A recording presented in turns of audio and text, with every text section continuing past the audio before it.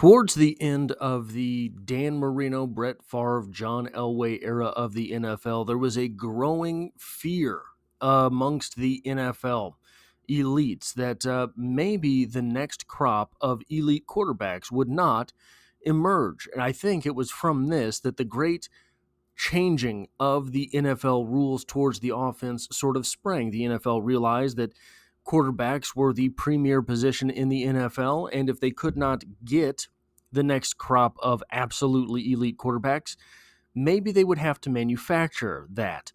And surely enough, the next era of quarterback did emerge. Tom Brady and Peyton Manning, Aaron Rodgers emerged. All of these different names came up. And if you go back 10 years in the NFL, 2015, which was far after the Dan Marino era of the NFL, there was a blossoming of the position. You would look at guys like Peyton Manning, elite, Tom Brady, Aaron Rodgers, Drew Brees. Those are the absolute elite names, and the next tier of sort of elite names was Cam Newton, Super Bowl appearance, right? A guy who was at his best fairly unstoppable. Ben Roethlisberger, a couple Super Bowls there. Andrew Luck, a guy who never reached his full potential, but certainly could have been one of the Hall of Fame types. And Eli Manning, like him or hate him, I didn't particularly like watching him play. He will be a Hall of Famer. There's a book called Borromini Bernini and the Rivalry That Changed Rome. And it was these two guys who were the same age, and they kept taking different commissions around Rome. They were artists, they were architects, they were really sort of Renaissance guys, and they just sort of spiraled up the beauty of a city. They would take different architecture sort of assignments across the street from one another and try to outdo each other. I personally have always had this sort of theory that where indifference is, exposure to passion creates interest. You see so at heart, I'm sort of a grandpa, right? I'm an old guy at heart. I don't really understand a lot of the new stuff, the new culture, all this stuff. But I have to admit, though I have never watched a single anime, movie, video, TV show, any of it, read the comics, any of it, whenever there's a guy that you get exposed to people, for example, at work, there's a new guy at work and he loves manga or whatever that stuff is. And he's so passionate about the stories, you get interested. I also think that where there is interest, exposure to passion, creates passion. You are interested in something, you're exposed to someone who is passionate about something, you can become passionate about that same thing. Also, the next step in this evolution is where someone is passionate and another person who is passionate about that same thing is introduced. Greatness can spring. Rivalries create greatness. And you will notice that PFF has released their newest top quarterback rankings. And the Kansas City, so the fear from the NFL is always that the next crop of quarterbacks might not emerge. They are right now.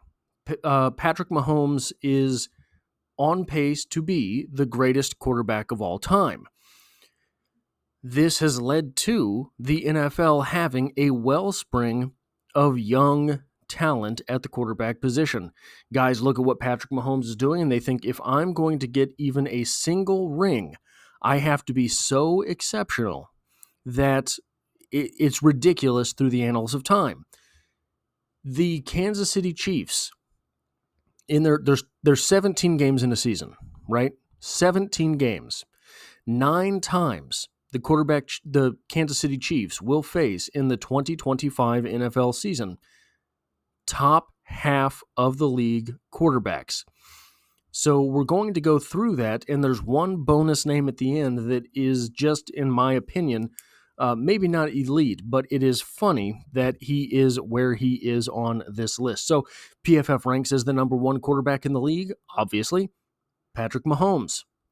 Mahomes still holds the top spot, but the margin has never been slimmer. That is a strange statement when you're talking about a guy that has been to 3 consecutive Super Bowls and 5 Super Bowls in the last 6 years. A little bit wild that the old guard of what it meant to be an elite quarterback was success in the playoffs, right? It didn't matter how you won. It just mattered that you won. That was what it used to mean to be an elite quarterback in the NFL. Patrick Mahomes has done a lot of winning in the playoffs. His passing grade over the past 2 seasons sits at 86, a strong number but a step below the elite level we saw from 2018 through 2022. Again, a redefining of what elite quarterback means because one name, Patrick Mahomes, is so far above everyone else. The supporting cast hasn't always helped, particularly at wide receiver. But it's fair to say that his otherworldly level of play that we saw from 2018 to 2022 is starting to get further and further away in the rearview mirror.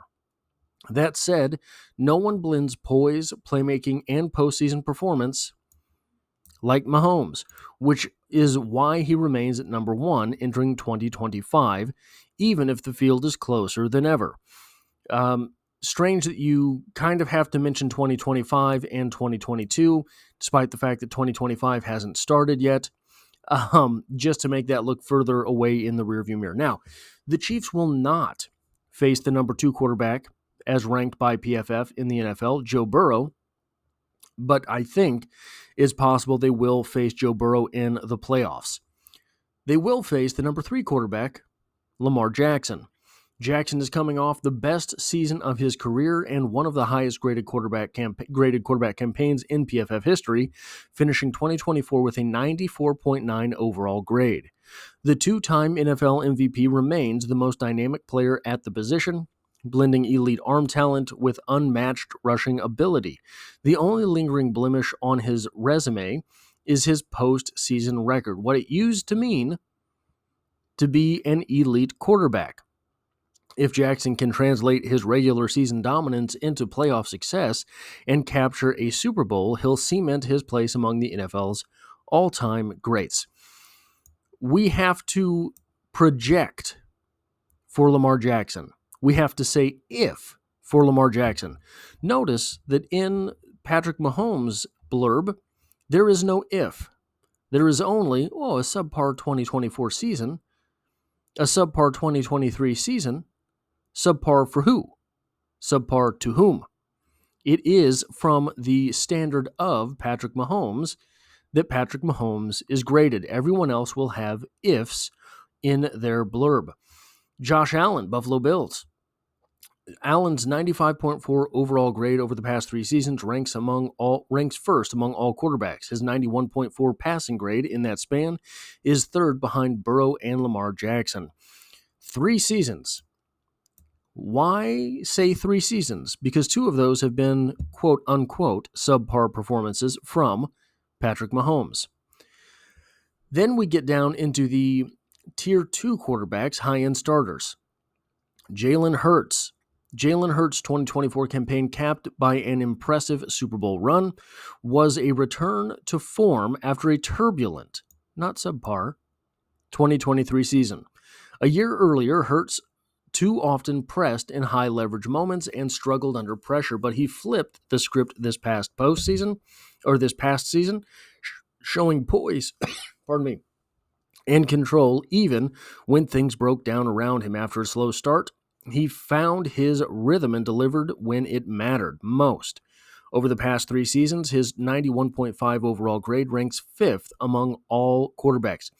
Jalen Hurts is on trajectory, in my opinion, to be a Hall of Famer. You see Eli Manning, who's going to make the Hall of Fame, and he had 2 rings. I think for a quarterback, once you get to that 2-ring plateau, that 2-ring tier, you become a Hall of Famer. And Jalen Hurts has 1. He has 2 Super Bowl appearances. I think that it is reasonable to assume that at some point Jalen Hurts will return to the Super Bowl and will probably some point before he is retired get another ring. His style of play is such that it becomes very hard for defenses to defend, especially in the postseason. They will also face number 6, Jalen Daniels. Perhaps we're crowning Daniels a bit too early, as plenty of quarterbacks have had a standout rookie season, only to regress in year 2, that sophomore slump. But what separates Daniels is his poise under pressure and in clutch moments late in the year. His rookie campaign was arguably the best we've ever seen, and his 90.6 overall grade, marking the highest recorded by a PFF rookie quarterback. They have to say rookie season as opposed to first starting season. Why? Well, because of Patrick Mahomes. Justin Herbert, number 8, who the Chiefs will play twice. Herbert might be the best regular season quarterback in non-clutch situations. In non-clutch situations is a very, very operable phrase in this blurb, carrying a whole lot of weight, doing a whole lot of work. His 91 overall grade over the past 3 seasons ranks 6th, and when excluding playoff performances, which is weird to say for a quarterback, his passing grade actually tops Patrick Mahomes. Why do you have to mention Patrick Mahomes? In standard game situations outside of late game or high pressure moments, Herbert owns the second highest passing grade in the league. With another year under Jim Harbaugh and improved weapons around him, we'll see if he can finally get over the hump. Jim Harbaugh is likely to de-emphasize the passing game, which will hurt Herbert in the regular season, but I think might actually help him in the postseason. Then we get down to tier 3. Jared Goff. Goff has piloted one of the NFL's most productive offenses over the past 2 seasons, earning an 84.8 passing grade in that span. Say what you want about Jared Goff. I think that he deserves a place in the conversation because that team is going to be in the playoffs and is going to do well in the playoffs. Then we get down to C.J. Stroud. Stroud represents a cautionary tale for Jaden Daniels, a stellar rookie season followed by a sophomore slump. That said, he finished the 2024 campaign strong and delivered in the playoffs, leading the Texans to a wild card win over the Chargers. One glaring issue remains, his pressure to sack rate. After taking just 39 sacks as a rookie, that number ballooned to 63 in 2024, a problem that must be addressed moving forward. Very true for C.J. Stroud, very true for the Texans. C.J. Stroud could represent part of that next quarterback class that comes up and is elite. One of the guys that we could be watching for a very long time in the playoffs. I'm not completely sold yet, but he is definitely top half of the league. And finally, Trevor Lawrence. Trevor Lawrence might be the biggest wild card in this tier. The talent is undeniable, but he's yet to show the consistent high-level play he needed to elevate himself and the Jaguars into the NFL's elite. His 79.7 overall grade in 2023 was a career high, and now he'll have Brian Thomas Jr. and Travis Hunter as top targets, with Liam Cohen taking over as offensive coordinator. The biggest if on this list, Travis Hunter. I know Travis Hunter can be an elite cornerback in the NFL. I don't know that he can be an elite wide receiver. We will see. You can believe that. So he's number 16, Trevor Lawrence. The very next name on the list is Dak Prescott, 17. Why is this funny? Why is Dak Prescott the bonus name on this list? Well, because Dak Prescott is earning $60 million per year on average with his deal. Prescott remains the epitome of a quarterback who thrives against weaker opponents but falters when the competition stiffens. He earned a 90 PFF grade in 2023 behind only Lamar Jackson, Josh Allen, and Patrick Mahomes. Strange, we still, 17 names into this list, have to make references to Patrick Mahomes. Before a late season collapse ended his MVP bid in 2024, the Cowboys stumbled early, and a season-ending injury sidelined Prescott before he could rebound. To rejoin the top 10 conversation, he must recapture that 2023 form and prove he can deliver against the league's best, something that he has not proven to this point in his career. And you have to wonder if he's going to. So in 17 games, the Chiefs will face 9 top half of the league quarterbacks, and this list is sure to change by the 2026 season. That is all I have for this video. If you like or appreciate what it is that I do here, hitting the like button really does help me out, as it tells YouTube, to share this video with other Chiefs fans. If you find yourself here by chance but not design, the Chiefs are the only thing I talk about on this channel, dropping multiple videos every single week, and I hope to have you back for the next one.